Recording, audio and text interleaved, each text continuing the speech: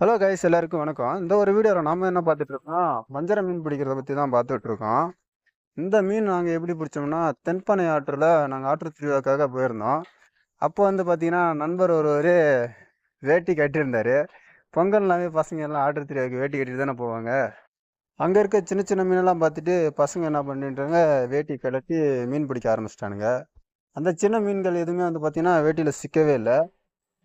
திடீர்னு பார்த்தீங்கன்னா ஒரு வஞ்சர மீன் வந்து வலையில் மாட்டுன்னு நான் எதிர்பார்க்கல.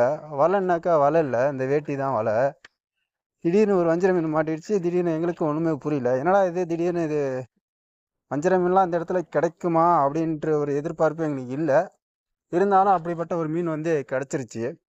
அந்த மீனை எடுத்துக்கிட்டு அங்கே பக்கத்தில் உள்ள ஆற்றோரமாக உள்ள ஒரு உணவகத்துக்கு எடுத்துகிட்டு போயிருந்தோம். அவங்ககிட்ட சரி விற்கலாம் அப்படின்ட்டு தான் போனோம். ஆனால் அவங்க சொல்லிட்டாங்க, இல்லைப்பா நாங்கள் மீன்லாம் வாங்க மாட்டோம் அப்படின்னு சொல்லிட்டாங்க.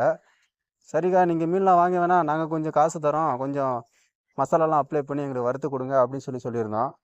சரிப்பா அப்படின்னு சொல்லியிருந்தாங்க. ஒரு மீன் தான் கிட்டத்தட்ட 5 கிலோ அளவுக்கு வந்துருச்சு.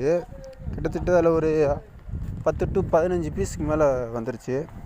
மசாலா தடவை எங்களுக்காக அவங்க வந்து ஆயிலில் ஃப்ரை பண்ணாமல் தவா ஃப்ரை பண்ணி கொடுத்தாங்க. உண்மையிலே வந்து பார்த்திங்கன்னா மீன் ரொம்பவும் பார்க்க அருமையாக இருந்தது, நல்லா பெருசாகவும் இருந்தது.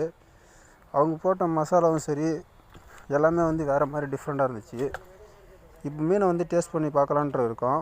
மீன் வந்து ஒரு பதமான ஸ்டேஜ் வந்துருச்சு. தவா ஃப்ரையில் வந்து பண்ணிகிட்ருக்காங்க. தவா ஃப்ரை ஆல்மோஸ்ட் வந்து நல்லாயிருக்கும்.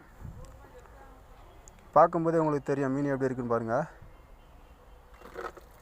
ரொம்பவும் அருமையாக இருக்குது பார்க்கவே மீன். இது மாதிரி உங்களுக்கு அனுபவம் இருந்துச்சுன்னா மறக்காமல் கமெண்ட் பண்ணுங்கள். மறக்காமல் நம்ம சேனலையும் சப்ஸ்கிரைப் பண்ணுங்கள். நம்ம மீன் ரெடி ஆகிடுச்சு.